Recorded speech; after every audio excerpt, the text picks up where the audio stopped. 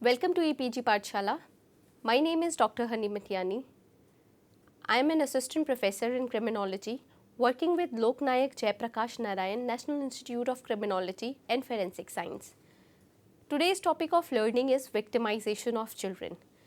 The objectives for the said learning are to acquaint the learners about the different problems encountered by a child throughout the childhood, to get an insightful understanding about the different types of victimizations, their causes, impact, and the initiatives taken by the government to resolve the issues.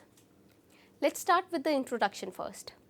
A constructive and congenial environment is required for every child to grow into a full-blown human being. Keeping in mind that they are vulnerable to various environmental threats, they should be provided with planned care and adequate socialization opportunities in order to achieve human status. Stephen Orbach has rightly stated, how we treat our children from the moment of birth reflects how we as a society regard ourselves. To a larger extent, the survival of a nation depends upon the physical and intellectual development of children. As per the Census of India 2011, there are 444 million children in India. This constitutes approximately one-third of the total population in the country. This is an enormous number that the country has to take care of. The life cycle of a child involves three critical components, that is, child survival, child development, and child protection.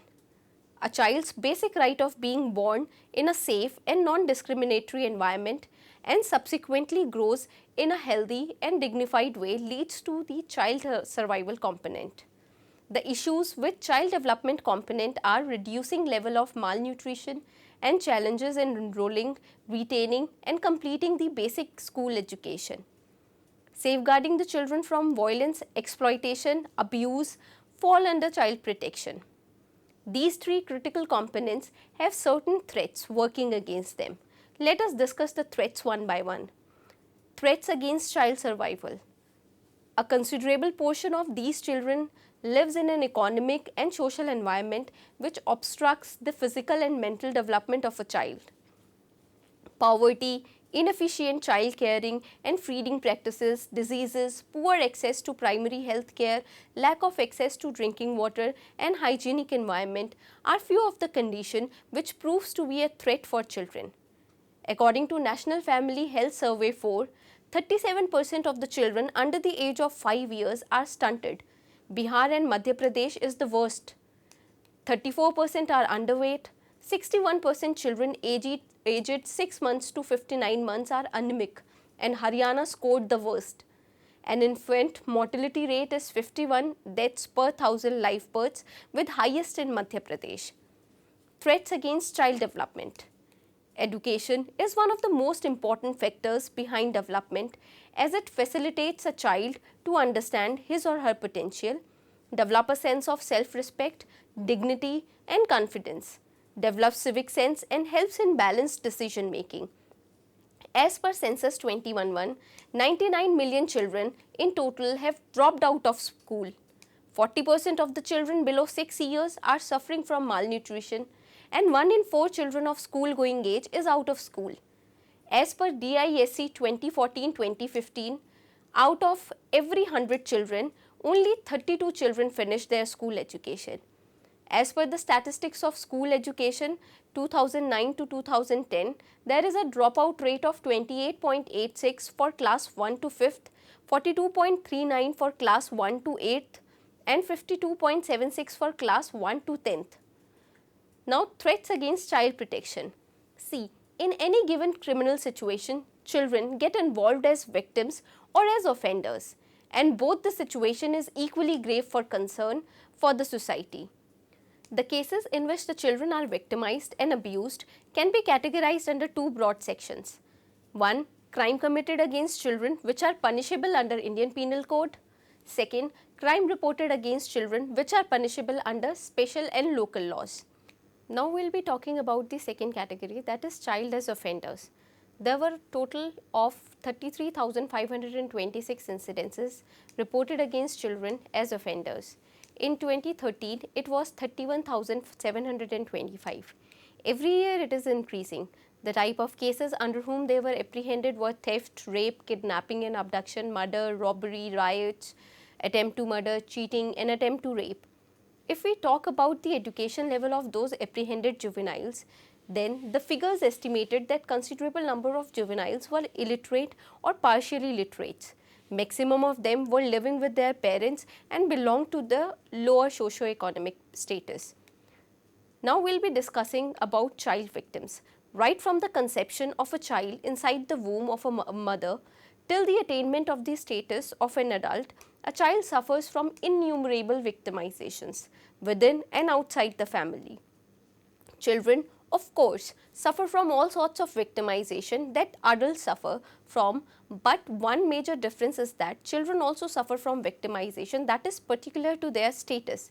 The status characteristics of childhood are its condition of dependency, physical vulnerability and mental vulnerability.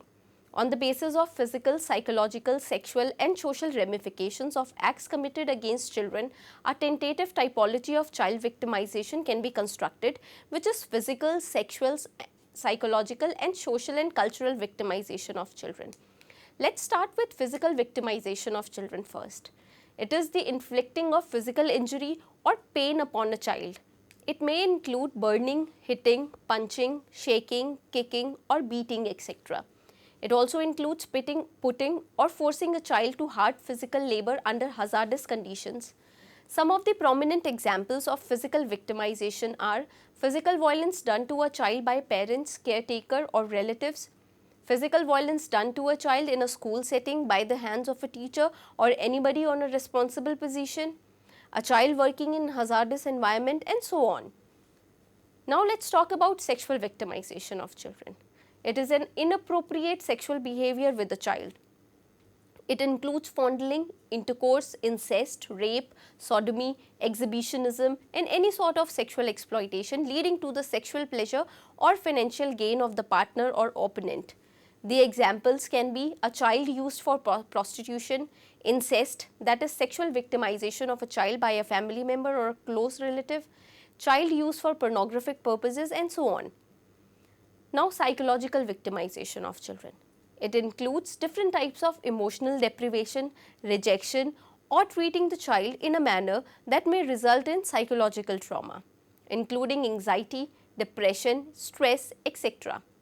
The examples are parents, caretaker withholding love or never praising a child, confinement in a closet or a dark room, willful neglect or failure to provide for the child's basic needs, that is education, food, clothing, medical care, etc. and so on. Now, social and cultural victimization of children. There are certain norms and values, culture and traditions set by the society which is to be followed by everybody without any fail. The non-acceptance of these norms will result into the outcast from the society. However, in the case of children, these norms are generally imposed forcefully as they are not supposed to go against the family or any person responsible for them. But sometimes these norms leads to different sorts of victimization of children. The example of such cases are child marriage, Devdasi Pratha and Nathutrai forms of child prostitution, female genital mutilation, child labor, baby tossing or human sacrifice or ritual killing. However, all the acts of victimization against children cannot be confined to the above listed typology. Hence, a detailed analysis of few important child victimization will be discussed now. To start with, sexual crimes against children.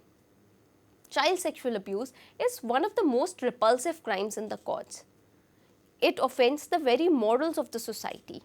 Child sexual abuse is an abuse of power where older, stronger and more knowledgeable person take advantage of the children for their own sexual and emotional gratification and sometimes for financial gain too. Child sexual abuse is a physical act and a psychological experience. As a physical act, child sexual abuse involves both touch and non-touch behaviors. As a psychological experience, child sexual abuse represents an abuse of power and authority where perpetrators satisfy them emotionally and sexually and children are hurt and confused. According to the touch and non-touch behaviors, sexual abuse can be divided into two broad types, that is non-contact sexual abuse and contact sexual abuse. Non-contact sexual abuse includes sexual comments, exhibitionism, and voyeurism. Pornography that involves taking pictures of the child naked or having the child view sexually explicit magazines, films, or videos can be included in this section. Contact sexual abuse includes behavior of frottage, fondling, kissing, oral sex, penetration, intercourse, or pornography. David Finkelhor in the year 1984 explained 4 preconditions that need to be met by the offender for sexual abuse to occur. These preconditions apply to all categories of abuse, that is pedophilic, non-pedophilic, incestuous or non-incestuous. First is motivation to sexually abuse a child. This consists of 3 components. First is emotional congruence, in which relating sexually to a child fulfills some important emotional need. Second is sexual arousal towards the child, and third one is blockage, in which alternative sources of sexual gratification are not available or are less satisfying. Second is overcoming internal inhibitions against acting on motivation, and these may be overcome by the use of alcohol or poor impulse control. Third is overcoming external obstacles to commit sexual abuse, and the most important obstacle appears to be the supervision and protection a child receives from others, such as family members, neighbors, and the child peers. Fourth is undermining or overcoming a child's potential resistance to the abuse, and for that abuser may use outright force or select psychologically vulnerable targets. Certain children may be more vulnerable because they feel insecure, needy, or unsupported and will respond to the abuser's offers of attention, affection, or bribes. According to Finkelhor, all the 4 factors must come into play for sexual abuse to occur. Each factor acts as a filter for the previous one. Now let's see how sexual abuse progresses. There is usually a progression in cases of sexual abuse. However, not every case of sexual abuse progresses in the same manner, but generally there are 5 separate phases of child sexual abuse. The first one is engagement phase, in which the perpetrator gains access to the child, engages him or her, and conveys to the child that the behavior is acceptable. This process is referred to as grooming. It consists of manipulating games or activities that misrepresent common moral standards. For example, the perpetrator will encourage the child to take off her clothes to play. The second phase is sexual interaction or the actual sexual contact, and this is when the perpetrator has crossed the line of what that child considers affectionate. Hugs, kisses, laps, sitting and tickling now turn into sexualized activities. This will progress to bodily contact of the child, which includes kissing, fondling, or stroking different parts of the body and genitals. Eventually, oral or digital penetration may occur, followed by anal or vaginal penetration. The third phase is secrecy phase, and it ensures that the abuse can continue as the perpetrator uses his power to dominate, bribe, emotionally blackmail, or threaten the child into keeping the secret. The fourth phase is the disclosure phase, and it may or may not occur during the childhood. During disclosure, the abuse is uncovered either purposefully or accidentally. The last one is the suppression phase, and it occurs when those close to the child, as a result of their own abhorrence of the issue or fear of scandal, stigma, or consequences, encourage and often compel the child to recant or forget the abuse. Now let's talk about female feticide. According to the census 2011, the sex ratio of India is 943 and the child sex ratio is 919. One of the prominent reasons behind this plummeting child sex ratio in India is female feticide. It is the abortion of a female fetus outside of legal channels. It is going to be almost 7 decades now since India got independence, but many Indians are still clinging to the age-old traditional belief of preferring a son over a daughter. May you be the mother of a son. This is the blessing given to a Hindu woman in India on her wedding day. Even before the advent of technology for sex selection, the female child was susceptible to homicide, that is female infanticide, through the hands of family members, midwives, community people. But new advanced technologies changed the form of victimization from infanticide to feticide. It is also worth mentioning here that feticide isn't common only among poor and illiterate families, but it is a crime done by many rich and educated people too. In India, the girl child is considered to be an economic liability on the family, as huge amount of dowry is required when she gets married. Dowry is not the only reason. Many families pressurize women to give birth to a boy so that he can take family's name forward, light the funeral pyre, be the bread earner of the family, and takes care of the parents in their old age. In India, boys are treated as insurance. The more you invest in them, the more interest you get after you become dependent on them. As per Census 2011, Haryana has the lowest sex ratio. The situation of few villages in Haryana is such that there is hardly any female in the villages for marriage. One of the example is Bibipur, located in Haryana's Jind district, where the sex ratio is 871 compared to the national average of 940. It has forced men from these areas to look for brides in impoverished regions such as West Bengal, Bihar, and even as far away as Kerala. They pay for girls to get married, but it hasn't changed their attitudes yet.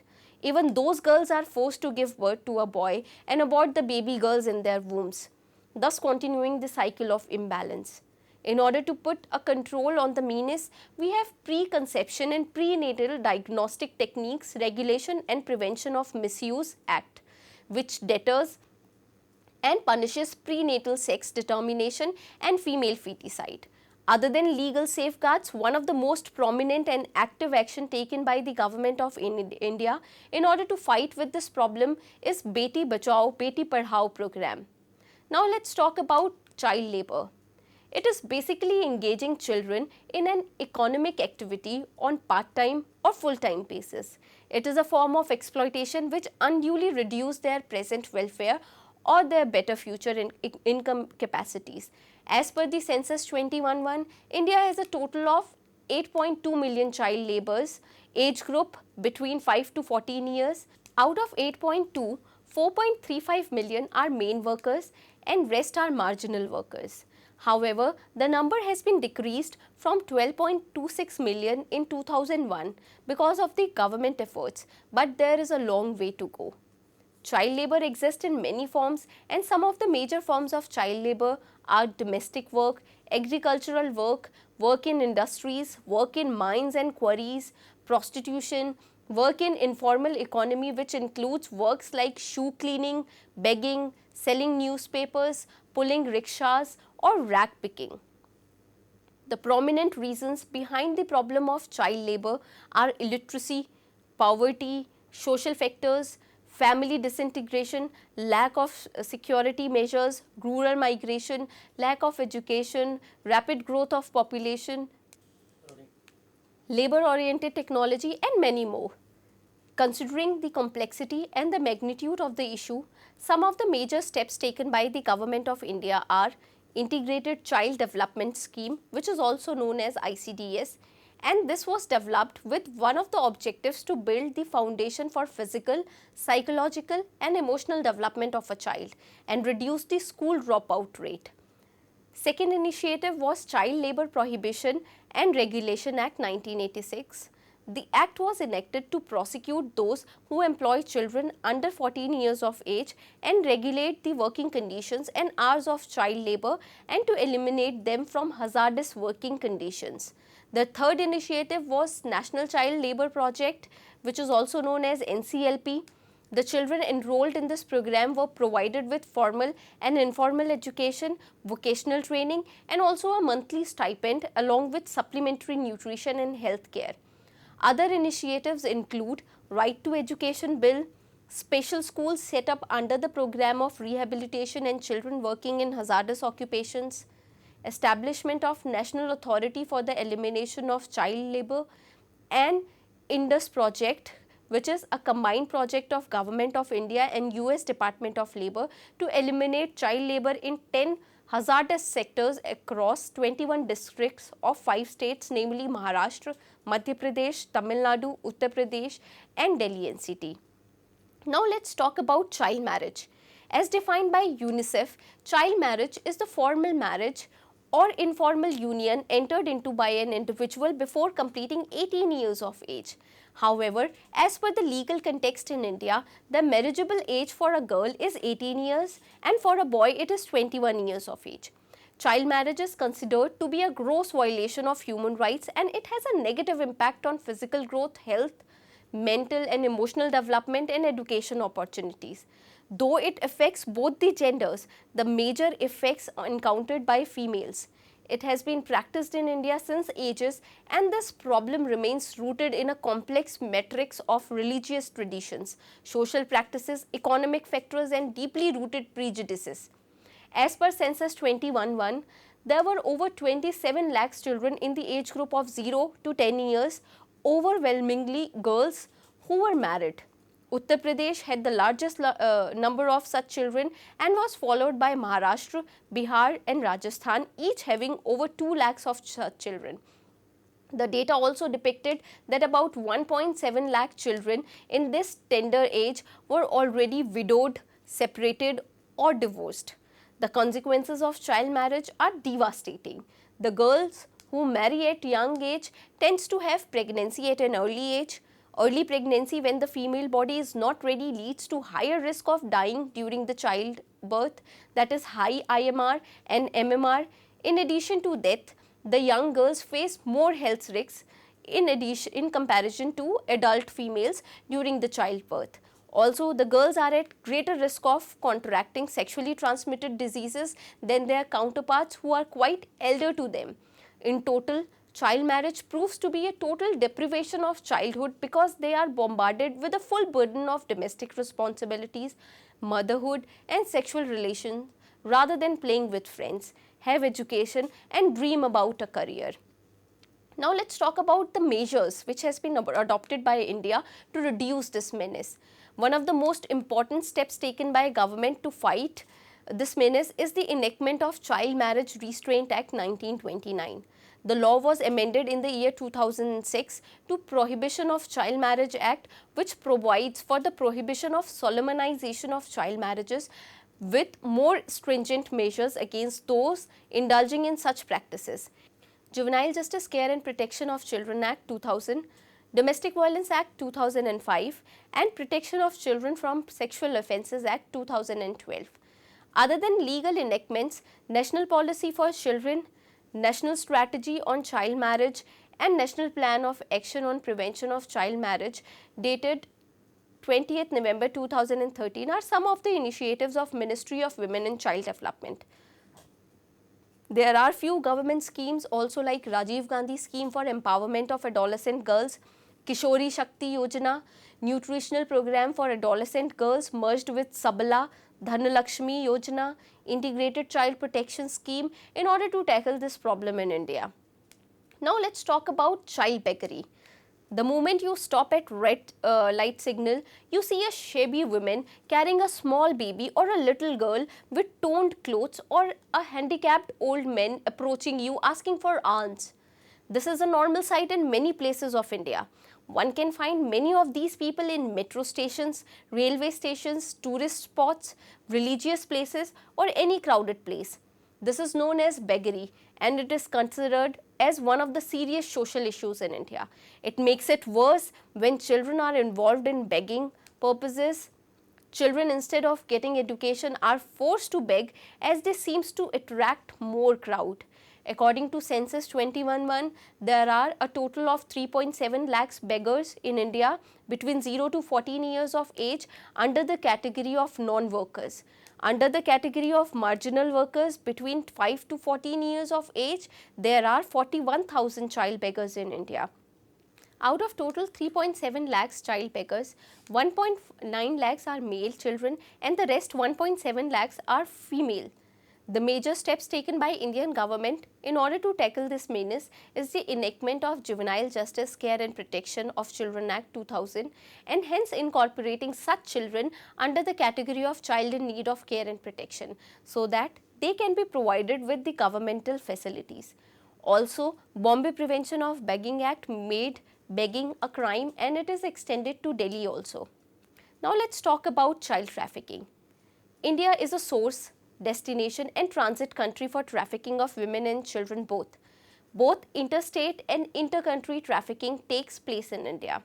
The children are trafficked mainly for sexual exploitation, which is forced prostitution, social and religious forms of prostitution, sex tourism and pornography.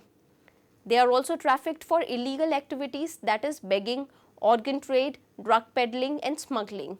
They are also trafficked for labor, which is bonded labor, domestic work, agricultural labor, industrial or other types of work in formal and informal economy.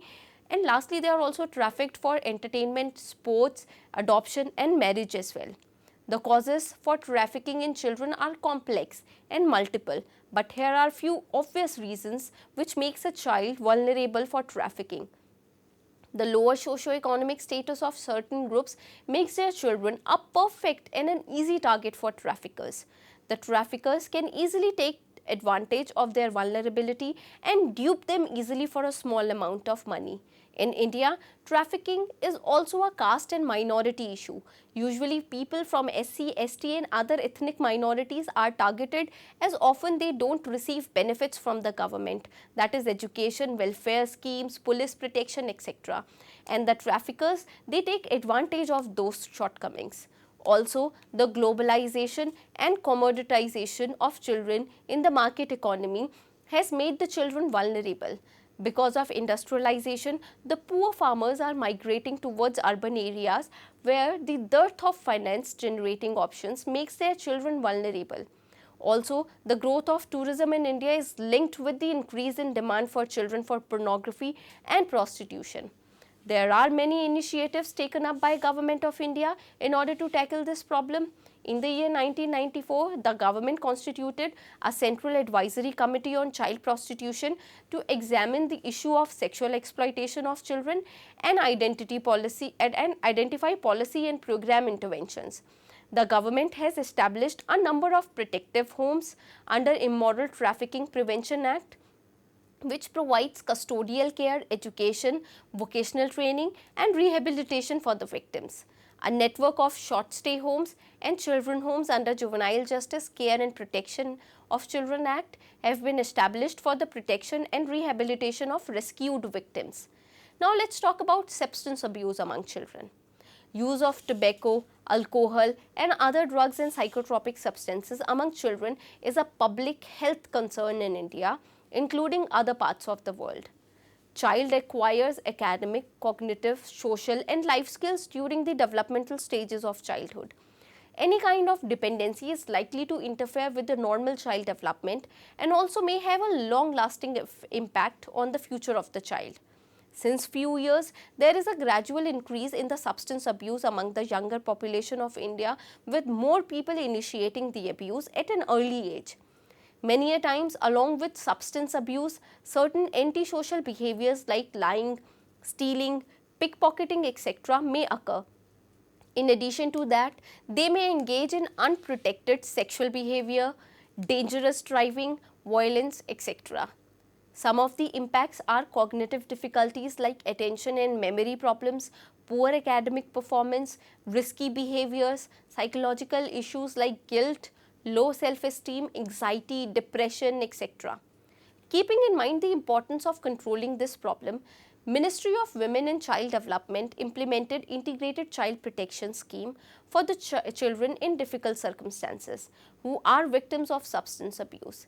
Under this scheme, financial assistance is provided to state government, UT administration for setting up and maintaining various homes for children so that they get detoxification and treatment in addition to other facilities and reintegrate easily into mainstream society. Further, the Ministry of Social Justice and Empowerment implemented Central Sector Scheme of Assistance for Prevention of Alcoholism and Substance Abuse, under which financial assistance is provided to social agencies for running integrated rehabilitation centers for addicts, organizing de-addiction camps and conducting awareness programs. Also, Ministry of Social Justice and Empowerment has declared 26th June of each year to be observed as International Day Against Drug Abuse and Trafficking. This is all about child victimization, and in the end I would like to sum up by saying that child victimization is same as other gruesome victimizations done with others, but the helplessness, dependency and immaturity of children makes it a type of victimization which needs a voice of concern. It is unfortunate that still after so many years of independence, victimization of children in varied forms and patterns continues to occur with new dimensions adding to it, burdening the societal benevolence towards children. So still we have miles to go. Thank you very much.